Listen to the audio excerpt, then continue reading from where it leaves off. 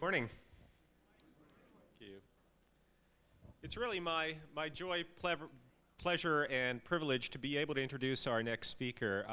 Dr. Jack Jacobs is someone whom I've known personally for a good number of years, and you're going this morning to be in the presence of a true scholar with broad interests and a profound knowledge of that which he speaks of, and it's going to be a real treat. Jack Jacobs is currently an assistant professor of government at John Jay College, and for all you New Yorkers, you know that's part of the City University of New York. He's been the recipient of grants from the American Council of Learned Societies and from the National Endowment of the Humanities, among other sources. He served as a Fulbright Research Fellow and visiting associate professor at Tel Aviv University in 1996 to 97, and was a visiting scholar at the Simon Dubnov Institute of Jewish History and Culture at Leipzig University in 1998. He is the author of On Socialists and the Jewish Question After Marx, which was first published by New York University Press in '92, was subsequently translated into German, and which is being currently translated into Hebrew. Jack is also the editor of the Bund at 100, which will be published next year by the Macmillan Publishing Company. And no less important, and perhaps more important, having known Jack, I know he's a person of tremendous integrity. His interests range very broadly, and he's a mensch.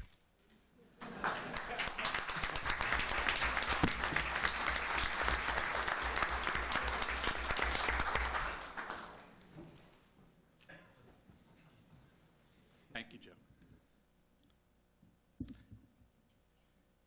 This talk is entitled, "It's My Party, and I'll Cry If I Want to." History, generally speaking, is written by or about victors. The year 1997, for example, was widely perceived by Jewish historians around the world as being notable, first and foremost, as the 100th anniversary of the first Zionist Congress, which, as everybody here probably knows, was held in Switzerland, and which is now seen as a pivotal moment in the movement leading towards the creation of the Jewish state. There were any number of events, exhibitions, conferences in Israel, in Europe, in the US, which analyzed and which assessed Zionism on the occasion of this centenary. The Bund, on the other hand, formerly known at the time of its birth as the General Jewish Workers' Union, was founded in Vilna in 1897, and therefore also recently commemorated its 100th anniversary, but it's received far, far less attention from contemporary historians, despite the fact that the Bund was the first modern Jewish political party in the Russian Empire, at the time when the Russian Empire was the world's largest Jewish community, and the Bund was, at least arguably, the strongest Jewish party in all of Poland on the eve of the Second World War. So one might very well ask, why is there a relative lack of interest in the legacy of the Bund? Well, the Bund was, at the peak of its strength, a mass movement, but it was characterized during its heyday by positions which are, to put it politely, no longer widely popular in the Jewish world. The Bund was committed to Marxism, to anti-clericalism, and to anti-Zionism, and thus to positions which much of contemporary Jewry finds deeply objectionable. But the Jewish world was a dramatically different place a century ago and was far, far more receptive to Bundist principles than it is today. Though it was founded illegally and operated under the most adverse of conditions, the Bund grew dramatically in the years immediately after its creation in Tsarist Russia. It helped to organize the Russian Social Democratic Party.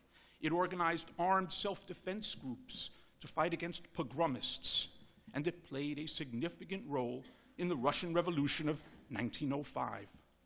Indeed, during these early years, the Bundist became, for many, the symbol of the new Jew, enlightened, unwilling to accept the status quo of Jewish communities dominated by the Orthodox and the wealthy, and of a Russia oppressed by the Tsar, and willing to fight for Jewish rights and needs.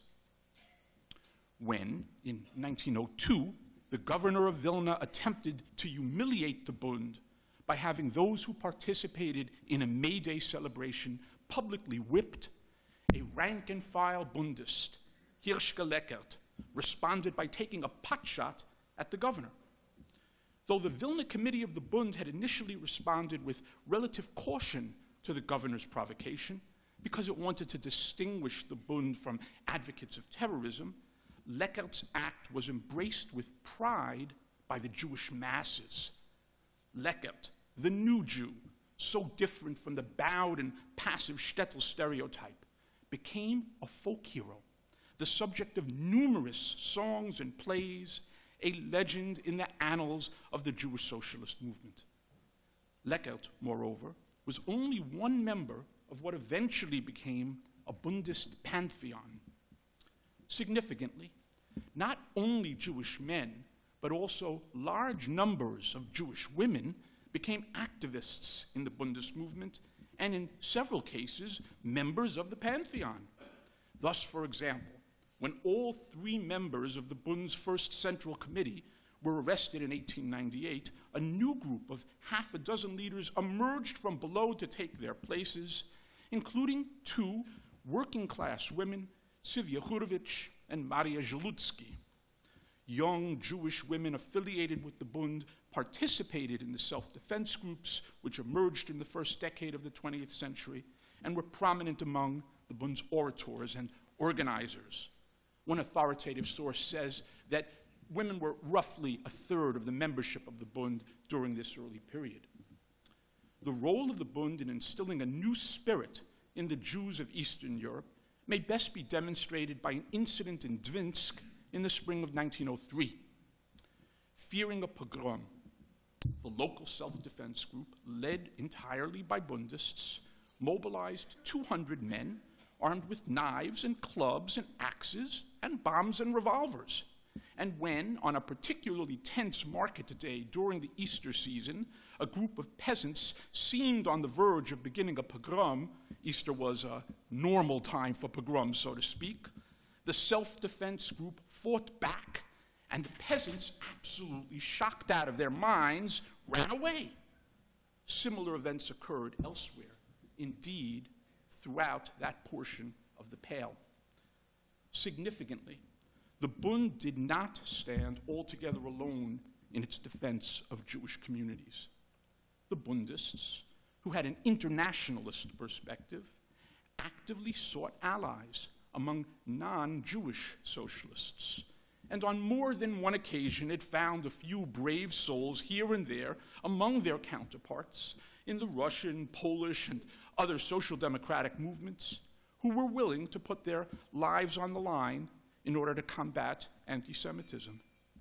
The Bund insisted that anti-Semitism was not intrinsic to the non-Jewish peoples of Central or Eastern Europe, but rather an ideology fostered by specific political and economic interests. The problems confronting Jewish workers, the Bund underscored, could only be resolved by working arm in arm with the non-Jewish workers amongst whom they lived. The distinctive positions of the Bund can best be explained by comparing its perspective to that of other parties, both Jewish and non-Jewish. In the first few years of the 20th century, a number of Jewish working-class-oriented groups that had generally worked within the Zionist orbit crystallized into distinct parties and thereby emerged as direct competitors with the Bund. There were, in fact, 4 independent Jewish socialist parties operating in the Russian Empire by 1906. We don't have time to talk about all of these movements today, but I'm sorely tempted to quip tongue-in-cheek, that if we describe the Bund as orthodox Marxist, we can describe the others as reform conservative and reconstructionist. At the time of its creation, while insisting that Jews must be granted equal civil rights, the Bund did not endorse any national demands for Russian Jewry per se. But it underwent a metamorphosis during the first few years of the 20th century and ultimately carved out a position quite distinctive on the Jewish street by committing itself at one and the same time to three things. First of all, as I've already suggested, to a Marxist rather than a social revolutionary or populist vision of socialism.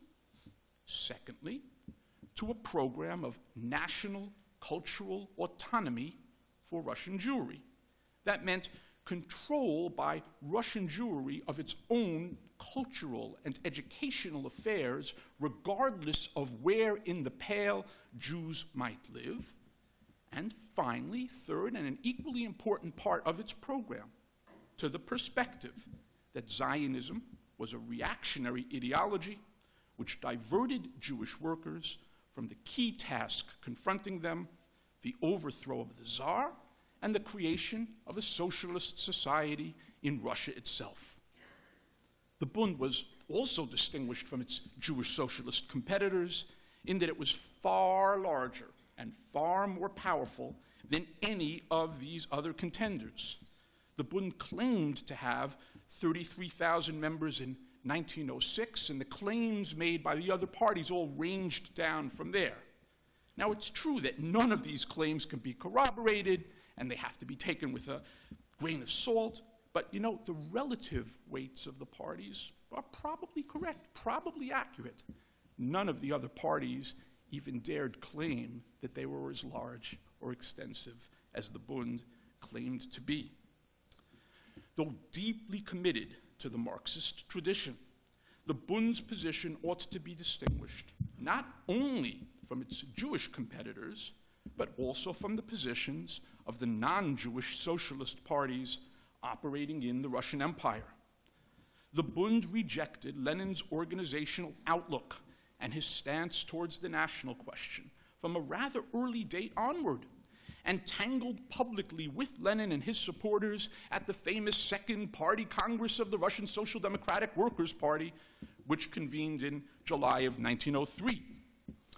While the Bund demanded both that the Russian Party allow the Bund to function throughout Russia and that the Bund be recognized as the sole representative of the Jewish proletariat, Lenin favored a highly centralized top-down party structure and rejected both of the Bund's demands out of hand.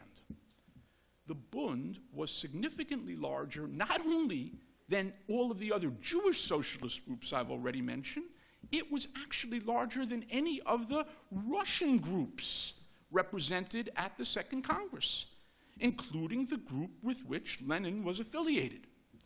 However, as a result of a voting system which granted an equal role to every group represented regardless of size, the Bund lost on both of these pivotal issues, and I would thereby argue presaged the loss it would ultimately suffer in Russia in the wake of the Bolshevik Revolution of 1917.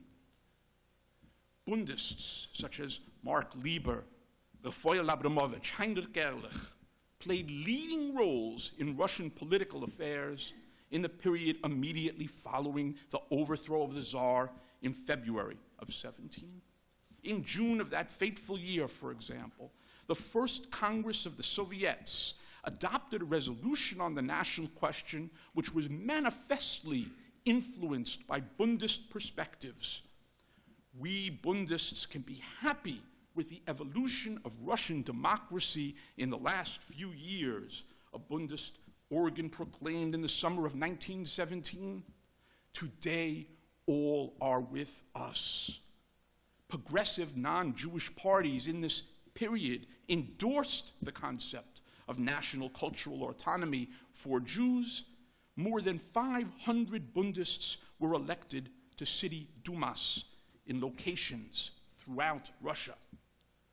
But the Bolshevik seizure of power, which occurred shortly thereafter, was condemned by the Bund's most prominent leaders from the time it occurred onward. The communism of the Bolshevik regime, Heinrich Ehrlich declared, has no relationship whatsoever to proletarian socialism. Bundist conferences held at the end of 1918 proclaimed their opposition to the Bolshevik dictatorship and advocated free local elections, freedom of speech in the press, the creation of a democratic constitution.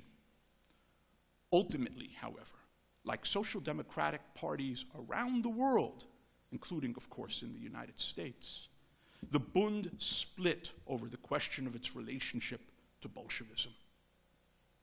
At the 12th conference of the Bund, assembled in Moscow in April of 1920, a majority of the delegates, possibly influenced by the view that the Bolshevik-led Red Army had become a vital element in the struggle against anti-Semitic pogroms, voted in favor of a resolution endorsing the positions of the All-Russian Communist Party. In the wake of this vote, a minority of the delegates committed to a socialist vision which was both democratic and revolutionary, and having lost on this make-or-break issue, stormed out of the conference and formed their own organization, the Social Democratic Bund. By 1922, however, this Social Democratic Bund had been declared illegal in the Soviet Union, and those who had been affiliated with it were subjected to persecution by the governmental authorities over a period of many years. Mark Lieber, among others, was eventually executed by the Soviet government. And many of those Bundists who had been in favor of affiliation with the Communist Party in or after 1920 later fell victim to Stalinist purges. Some of the Bundist leaders who had joined the Social Democratic Bund and who were able to leave Russia, on the other hand, fled abroad in the 1920s primarily to the newly independent state of Poland. And it was indeed in Poland, between the wars, that the Bund flowered. It had enormous influence within the Polish Jewish trade union movement. The Bund helped to establish a network of secular Jewish day schools, the Tzisho, which distinguished itself by its use of progressive pedagogical techniques, and in which Yiddish was the language of instruction. In 1926, it created a world-famous sanitarium for children, the Medem Sanitarium, named after the Bundist writer Vladimir Medem, which continued to operate until after the beginning of the Second World War. The Bund in Poland also fostered SKIF, Sozialistische Kinderverband, an organization for youngsters, Zukunft, a movement for working-class teenagers and young adults, and additional organizations for athletes and for women. There were, between the wars, Bundist workers' clubs, libraries, cultural centers. Thousands of Jewish workers took courses, attended lectures, participated in choruses, took part in other cultural activities organized under Bundist auspices. Indeed, it may very well be that the Bund scored its greatest successes and had its greatest impact precisely in the cultural and social and pedagogical fields rather than in politics strictly defined. One indication of the ideological impulses underlying this work may be gleaned by looking just a little bit more closely at the principles of the Bundist-oriented sports organization Morgenstern. It is worth noting, first of all, that the Bund actively advocated athletics and sports activities. It clearly believed that the renewed, healthy life which it was attempting to create and support would be one in which individuals devoted themselves not only to questions of the mind, but also to strengthening the body. Where the Jew of old, the pre-Bundist Jew, was portrayed in the Bundist press as pale, weak, buckling under heavy burdens. The members of Morgenstern were portrayed in a diametrically opposite manner. Morgenstern emphasized activities which could be engaged in by large numbers, gymnastics, swimming, hiking, and de-emphasized those sports which highlighted stars. So during a period, for example, when soccer was, of course, the working class game in Europe, the Bundists were not so heavy into soccer because they didn't like the emphasis on individual heroes. And boxing, which was an important athletic activity during that era in Europe, was, at least initially, completely forbidden within the ranks of the Morgenstern. Morgenstern, I would add, not only had a collectivist bent, but also something of a puritanical streak. Members of Morgenstern, for example, were not supposed to smoke. And not very long ago, I asked one of the very, very few surviving members of the Morgenstern, a veteran who was in his 90s when I spoke to him, whether the members of the Morgenstern were teetotalers. I said, Mutterle, did you go out for a schnapps from time to time? And he looked at me shocked and said, you know, the abuse of alcohol never even came up as an issue. It wasn't something discussed. Though the Bund published numerous newspapers and periodicals in both Yiddish and Polish during the interwar period, it clearly emphasized Yiddish. The Bund's advocacy of Yiddish, which it referred to as the cultured language of a cultured people, distinguished it not only from Polonized assimilationists, but also from those parts of the Zionist movement which believed that only Hebrew was suitable to serve as a national language of the Jewish people. To be sure, the Bund was not the only defender of Yiddish on the Jewish street, by no means, but it was the strongest group in the Yiddishist sector. During this interwar period, the Bund represented an alternative and increasingly popular voice in the Jewish community. When in 1936, 2 Jews were killed in an attack instigated by Polish right-wing anti-Semites, the Bund called on the Jewish workers of Poland to participate in a half-day general strike. The strike was directed, on the one hand, against anti-Semitism, against the persecution of Yiddish, against reaction, fascism, and capitalism, and on the other hand, for full equality for Polish Jews, for Jewish self-defense, for socialism, for work, for bread, for freedom. The Bund's strike call was all but ignored by bourgeois and religious elements of the Jewish press, but it struck an extremely responsive chord in the Jewish population. On March 17, 1936, Jewish areas of all major Polish cities were shut down tight, and the pro-Zionist press, not likely to go out of its way to exaggerate the success of a Bundist-sponsored action, was compelled to report that in all businesses in Poland where Jewish workers and staff were employed, and I'm quoting now from the most important Zionist periodical, the strike was a total success. All Jewish businesses, almost without exception, were closed. Additional evidence of the popularity of the Bund may be obtained by examining electoral results. The Bund didn't do especially well in electoral terms in the first decade and a half of Polish independence. But by the late 1930s, Bundist candidates were regularly winning massive victories, both in Polish municipal elections and in Jewish communal elections, right, for the Kehila. In Warsaw, for example, Poland's largest city and the city with the largest Jewish population, the Bund won 16 of the 20 Jewish seats in the last pre-war municipal elections. In Lodz, the Bund won 11 out of 17 and it achieved comparable victories in Bialystok, in Grodno, in Vilna, and elsewhere throughout the country. And then came a two-sided catastrophe of overwhelming proportions. The invasion of Western Poland by the Nazis and the invasion of Eastern Poland by the USSR. A handful of Bundists ultimately succeeded in escaping this death trap. With the aid and support of the New York-based Jewish Labor Committee, a small number of Bundist leaders were granted American visas and survived the war in New York or elsewhere.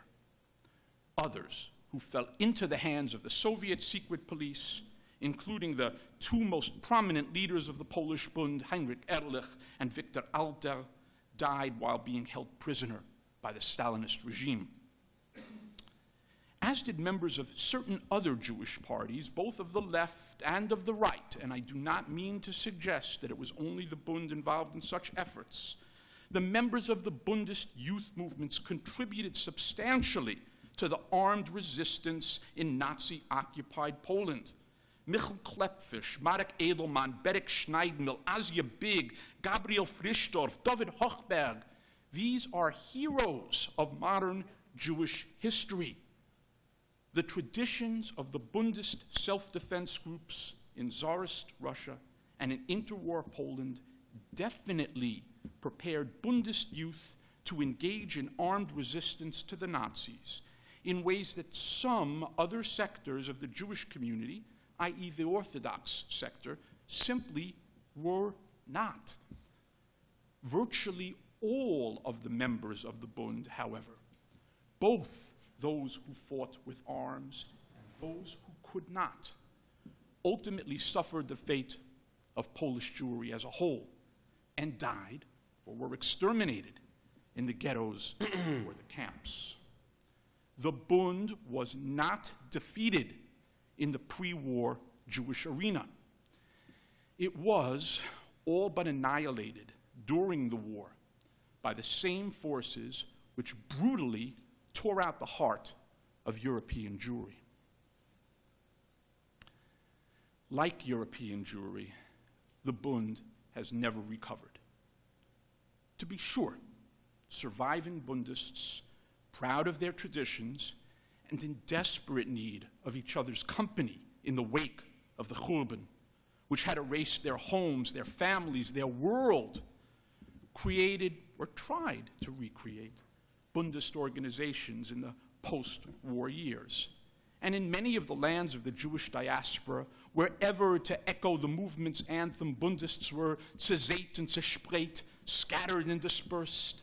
In Canada, in the US, in Israel, in Mexico, in Argentina, in Uruguay, in France, Bundists attempted to pick up the pieces of their lives in the decades following the war's end. There were Bundist summer camps, publishing houses, radio programs, periodicals. In certain countries with large-scale indigenous democratic socialist movements, that rules out the United States, and significant populations of East European Jewish origin, like France, like England, like Australia, there are still now a few small, ongoing groups with Bundist or neo-Bundist orientations made up of individuals born primarily in the post-war era. Organizationally, however, the contemporary Bund per se is made up almost exclusively of women and men of the very oldest generation. It is today both a political movement and a mishpacha, and vitally important to those Bundist survivors still alive and kicking. It's not, on the other hand, a thriving movement, and the prospects for Jewish secularism, for Yiddishism, for socialism, and for diasporaism, the contemporary Bund's core principles, are not good. As this audience is well aware, growing assimilation has led large numbers of individuals of Jewish descent to opt out of Jewish affairs altogether, And in some parts of the Jewish world, it has created a vacuum increasingly filled by Orthodox Jews.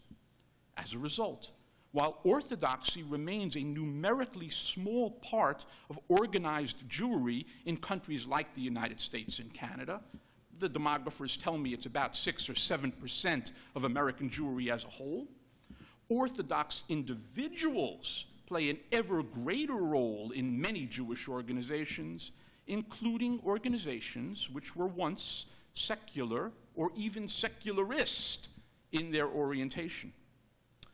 I've been active for much of the last decade in a small Sunday school for children based in New York and run under the auspices of the Workmen's Circle, in which we have constantly confronted the paucity of texts through which to teach our children a secular Jewish perspective. And even more significantly, of secular Jewish teachers who know something about our traditions and who are willing and able to work with our kids. The lack of such teachers has led to a situation in which much of our small staff is now made up of more or less observant Jews. Our options right now, even in New York, the largest Jewish community in the world, are to use such teachers or more or less forego giving our kids a genuine, rooted Jewish education.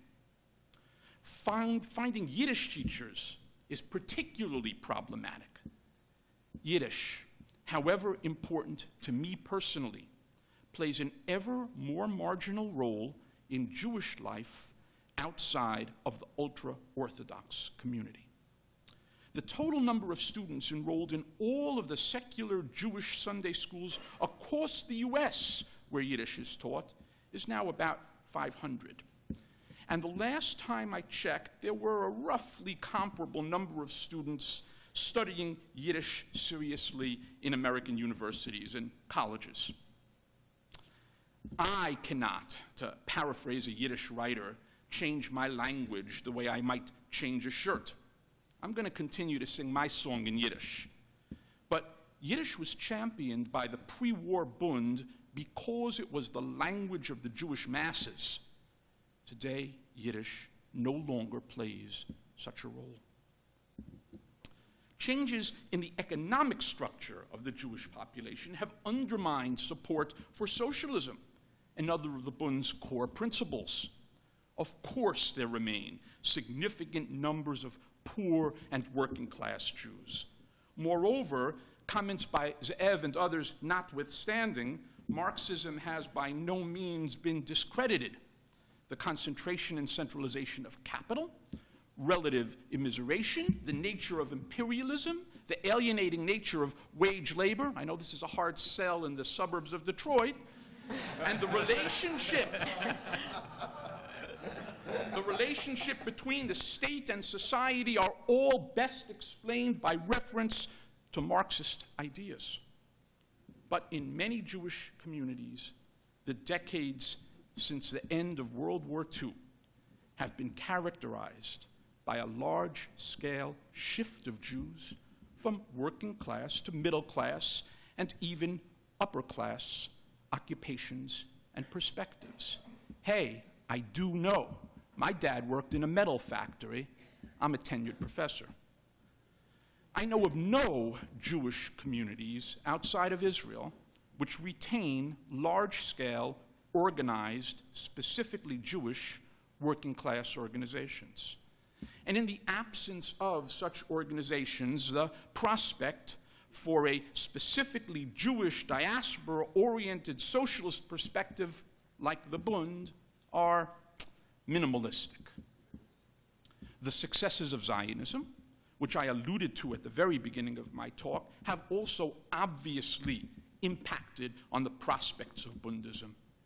The proportion of the world's Jewish population living in Israel rises from year to year and appears likely to continue to do so. So why bother? What then remains of the Bundist legacy? And how relevant is this legacy to the current needs of Jews in America? Well, it is, as the German Jewish literary critic Walter Benjamin pointed out in 1940, the image of enslaved ancestors, rather than that of liberated grandchildren, which provides us with the requisite inspiration to struggle against oppression in the present. And several short anecdotes may help to explain why I, for one, believe that Bundist history and the Bundist perspective still offer a valuable lesson and an attractive alternative for contemporary Jewry. In late 1989, I was in Moscow. And in September of 1989, I was there, by the way, for the academic conference at which the very first Soviet-wide academic discussion of the prospects of Jewry took place. It was an absolutely amazing affair. That's a story for another time.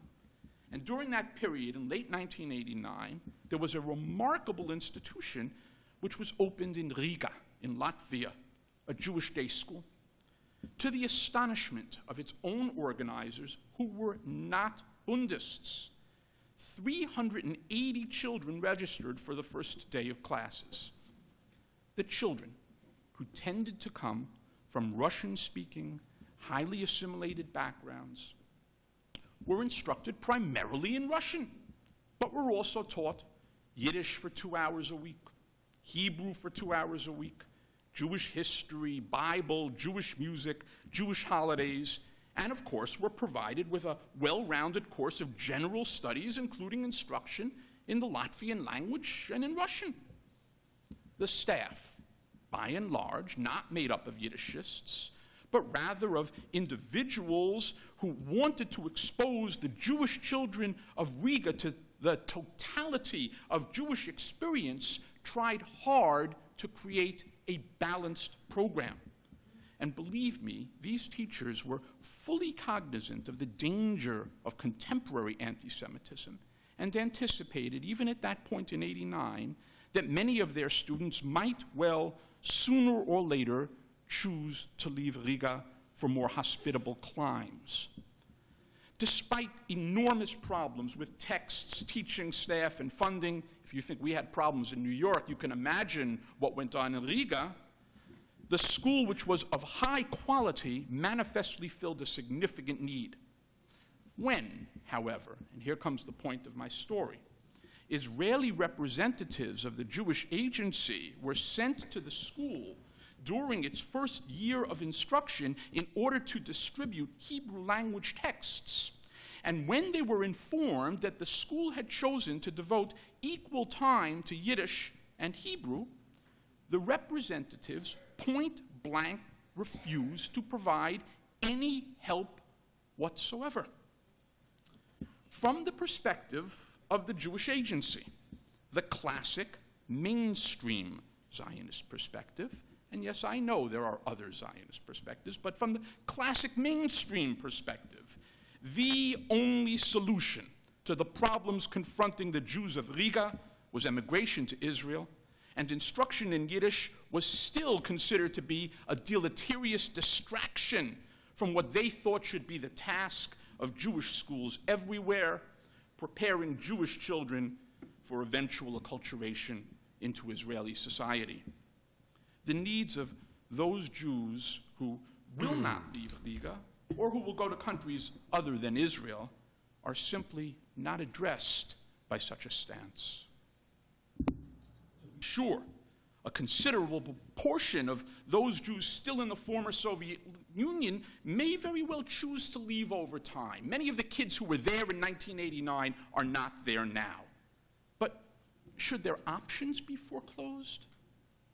Not so very long ago, Seymour Reich, who was at that time president of the American Zionist movement, and so far as I know still is today, speaking from the perspective of one who was already safely in the US, advocated a policy which would have had the indirect effect of steering Jewish emigres from Russia away from the US and towards Israel, whether they wanted to go there or not. And the implicit message of Reich's comments, that is to say, the message of the American Zionist movement was, we American Zionists know better than you, Russian Jews, what's good for you, and we would prefer that you go to Israel rather than come to America. To which I reply, was für a chutzpah.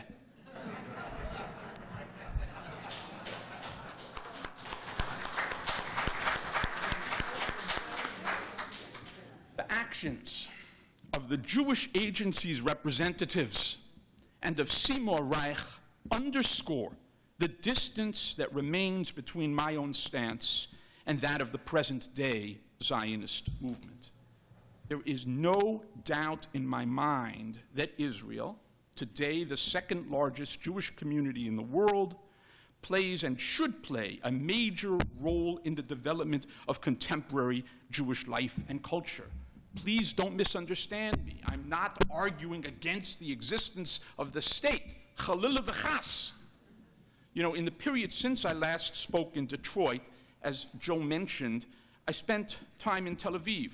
I spent a year there as a Fulbright fellow at Tel Aviv University, and I had a great time. But unlike Reich and the shlichim of the Jewish Agency in Riga, I'm not a Zionist. I don't accept the hegemony of Israeli interests over the interests of all other Jewish communities. I do not see Hebrew culture as the only valid Jewish culture, or even as the first among equals. It's a lovely culture. It just happens not to be fully mine. And I do not believe that it's necessary for Jews to make Aliyah in order to lead a full Jewish life. Which is to say that I disagree with the three major planks of the Jerusalem program. The overwhelming bulk of world Jewry continues to live outside of Israel and will continue to do so, so far as I can tell, for the foreseeable future. The creation of the State of Israel, a pivotal event in modern Jewish history, simply has not and cannot solve the so-called Jewish question.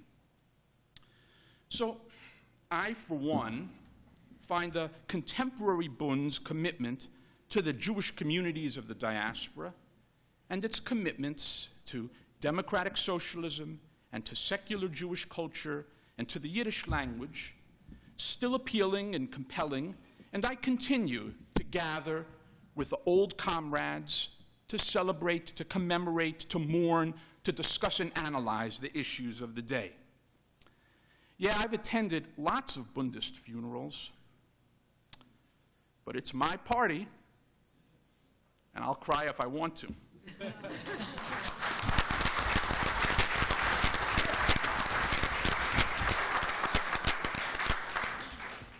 And I have been privileged to attend Bundist liyamas, celebrations, and to learn of the old songs and ways. You know, a quarter of a century ago, the kids in the Bundist summer camp in upstate New York, who, by the way, are having a very large reunion in New York this weekend, inherited a tradition initiated by the Bundist Children's Organization in interwar Poland. And the tradition was that they used to greet each other on formal ceremonial occasions with a single word, Chaverschaft, somewhat awkwardly translated as comradeship. And on this happy occasion, I could think of no more suitable salutation. So I end with this traditional Bundist salute, Chaverschaft. Thanks for inviting me. Chaver und Freund, soll leben der Bund.